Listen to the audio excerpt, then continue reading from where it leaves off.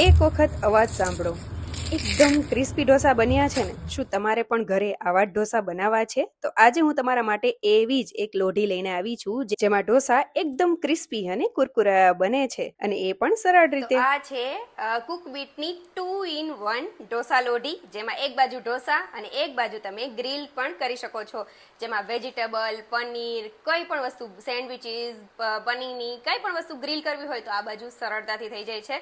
અને આ બાજુ ઢોસા એકદમ ક્રિસ્પી કરકરા એવા ઢોસા બનીને તૈયાર થાય છે.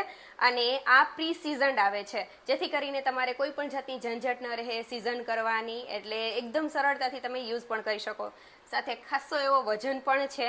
અને અને આ લોઢીને તમારે કઈ રીતે યુઝ કરવી તે પણ આમાં જણાવેલું છે. આ તેની સાથે જ આવે છે, સાથે એક સ્ક્રોચ પેડ પણ આપેલું છે તેને ક્લીન કરવા માટે. તો ચાલો આપણે આમાં ઢોસા બનાવીએ. તો લોઢીને આપણે ગરમ થવા માટે રાખી દેશું. એકદમ સરસ એવી એજીસ સુધી ગરમ થાય એટલે આપણે તેલ લગાવીને તેમાં ઉપર ડુંગળીથી ઘસી લેશું. પાણીથી એજીસ સુધી આપણે ચેક કરીશું. એકદમ સરસ એવા એજીસ સુધી બબલ થાય એટલે આપણે ફરીથી તેને થોડું એવું તેલ લગાવીને ઢોસાનું બેટર રેડીને આ રીતે ગોળ ગોળ એવા ઢોસા બનાવીને તૈયાર કરી લેશું.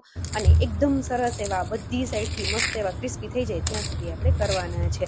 જેટલા ઢોસા બનાવશો ને એટલા બધા એવા ક્રિસ્પી કુરકુરા એવા એકદમ ટેસ્ટી એવા આ ઢોસા બનીને તૈયાર થઈ જાય છે. આ લોઢીને યુઝ કરવી અને મેન્ટેન કરવી પણ બહુ જ સરળ છે. અને જ્યારે આ લોઢીનો યુઝ થઈ જાય ને એટલે આપણે તેને સરસ એકદમ સરખી ધોઈ લેવાની અને તેને લૂછીને તેલ લગાવીને સરસ રાખી દેવાની, એટલે કંઈ જ વાંધો નહીં આવે. એકદમ સરસ એવી થઈ જાય છે. અને તમે તેમની કુકબીટની બધી પ્રોડક્ટ લેવા માટે તમે એમેઝોન ઉપર ચેક કરી શકો છો. તો પછી તમે ક્યારે મંગાવો છો આ લોઢી? કમેન્ટ જરૂરથી કરજો.